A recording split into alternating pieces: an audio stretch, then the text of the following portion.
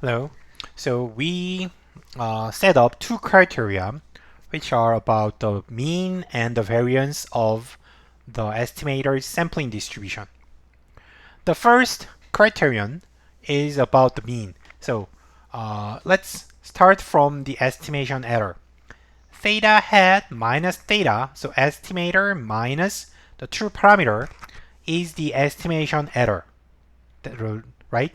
And it is random. I explained this. So if it is positive, we call this overestimation. If it's negative, we call that underestimation. That's it. That's simple, obvious. And we are going to take expectation of the error, which is called the bias. So the expected value, expected error is called bias of that estimator. And same thing, so when it is random, sometimes the realization may be positive, other times can be negative, right? Even though you are using the same estimator. But when you take the expectation, one estimator has one expectation. So if the bias is positive, then that means the estimator tends to overestimate, right?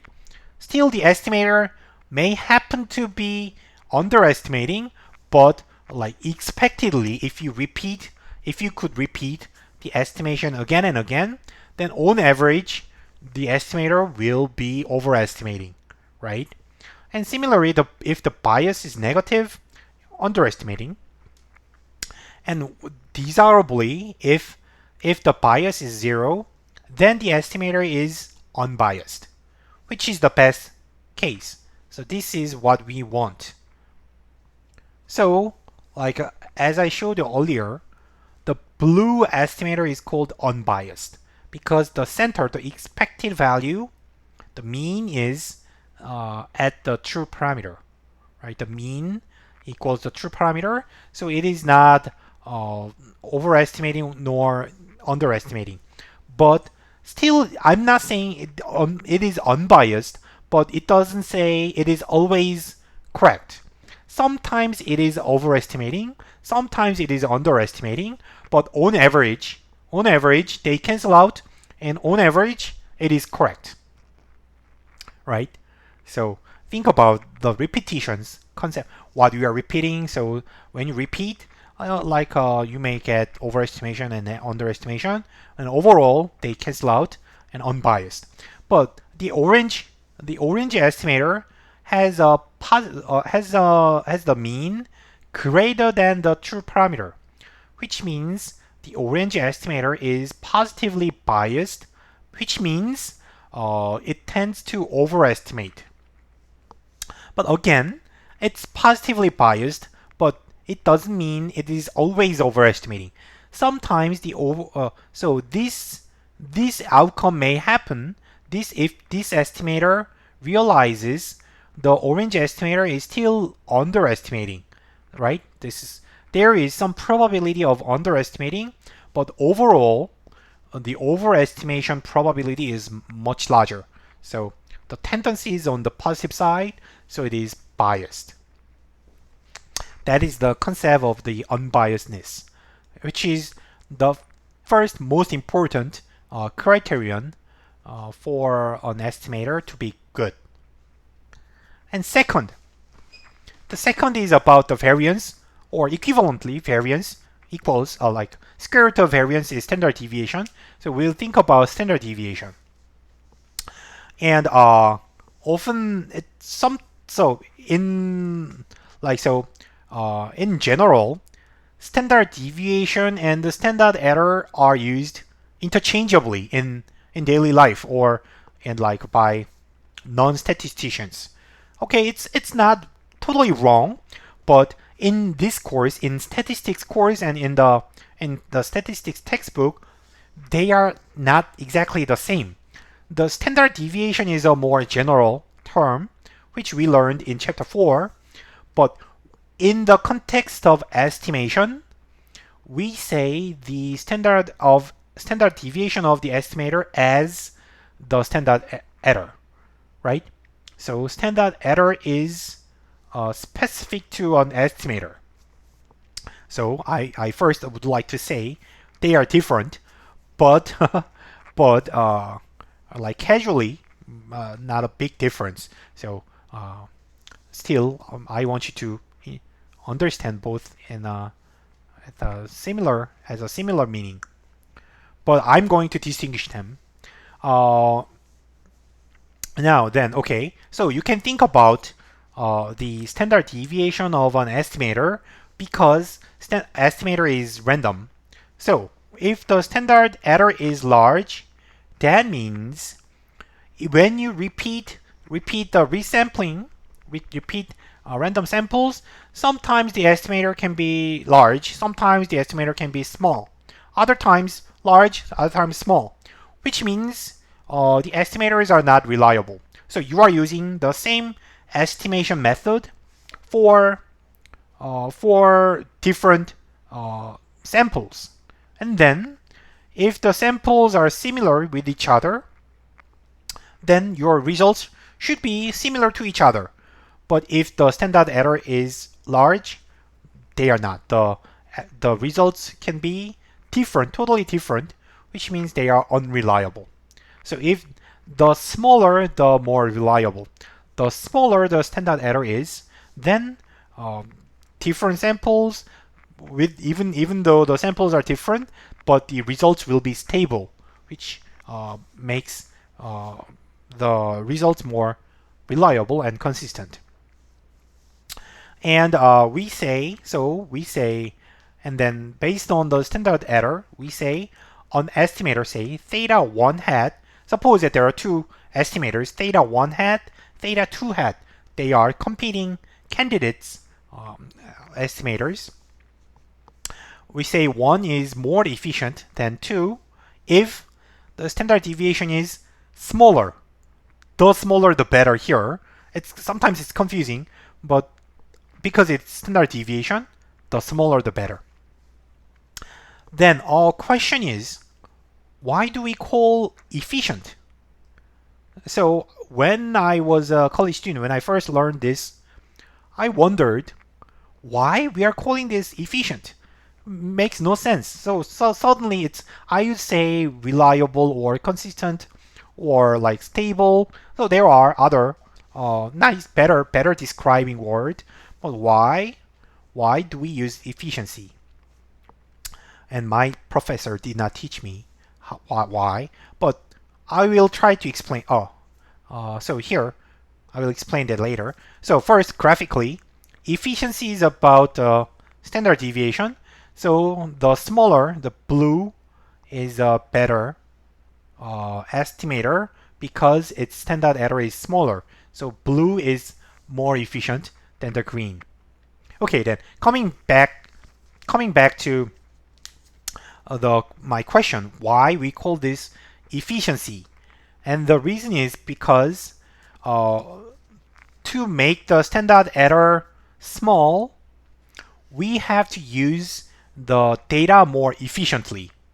Or, so it's like this. We have to use the information more efficiently so that our results are reliable and stable and better. So that's my conclusion. Nobody taught me. I just made up my own story about that. So my rationale is so like this. The most important thing about efficiency is the sample size. So remember standard error. In the case of the sample mean, if the estimator was sample mean, the standard error is given by the sampling distribution property, right? Remember the standard deviation of the sample average is the standard deviation of a single outcome divided by square root of n, sample size. This is one of the most important results we learned in the earlier chapter. So it shows that you cannot touch the standard deviation of a single outcome. It like a researcher cannot change this. So the better to minimize the standard deviation, you have to maximize the sample size, and so you have more information, and and so so it implies efficiency. Um, and and even if you, in other words, if you have 100 observations, you have to fully utilize all of the information.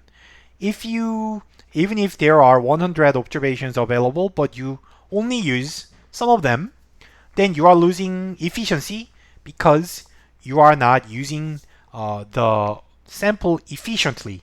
If you remove some of them, if you lose some information, you are losing the efficiency. Here is an example. Usually the mean is more efficient than the median, right? So mean is the standard deviation of mean is here, and this is the standard deviation of the median. The median has approximately 1.25 times larger standard deviation of the sample mean.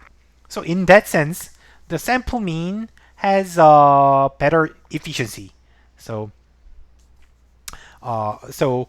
in some sense, I would say the sample mean is more efficient in utilizing the information and minimizing the standard deviation. So it is, that's my rationale why the name is efficiency. Anyhow, efficient estimator has smaller standard deviation. That's thing. So combining these two criteria, I would compare the unbiasedness and efficiency in these examples, in these shooting examples. So if an estimator is unbiased and efficient, this is the ideal case. The shooting is zeroed in at the correct bullseye, correctly at the bullseye, and it does not, it's stable. The targets are stable, shots are stable within smaller radius, so it's efficient, and it's correctly centered at the bullseye, so it's unbiased. So this is the best estimator. The worst is this guy. So in this guy, first, the center is here. It's zeroed in at this point, which is wrong. So in that sense, it is biased toward this direction. It is biased to this direction, right? That's first thing. It's about the center. And second, it is about the dispersion. The results are spread out around the center, so it is inefficient. Like so. So this is the worst case. Even if you recenter the 0 point here, but still it will be scattered around. Now let's compare these two estimators in the middle of these, the best and the worst estimators. This one is biased because the center is here, which is away from the bullseye. So incorrect. So the true parameter is at the bullseye, right here, but your results are away from the true parameter. The expected value is here, so it's biased. But what's good about this here is the results are stable. They are like clustered together with each other, close to each other. So if you just recenter the 0 point to the correct point, then this estimator will be very good. But there is one critical problem of the bias. And on the other hand, in this case, on average, the results are correct. On average, centered exactly at the bullseye, on average. But the problem is, it's drifting away a lot. So the results are unstable. So which corresponds to unbiased but inefficient estimator.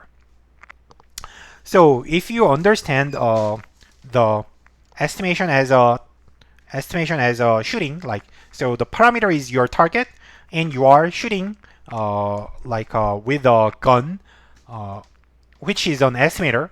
then if you can evaluate if the gun is good or not based on these two, based on these two criteria. That's what we learned, what we use in practice to evaluate a good estimator. So on application, simply how can we apply these two criteria?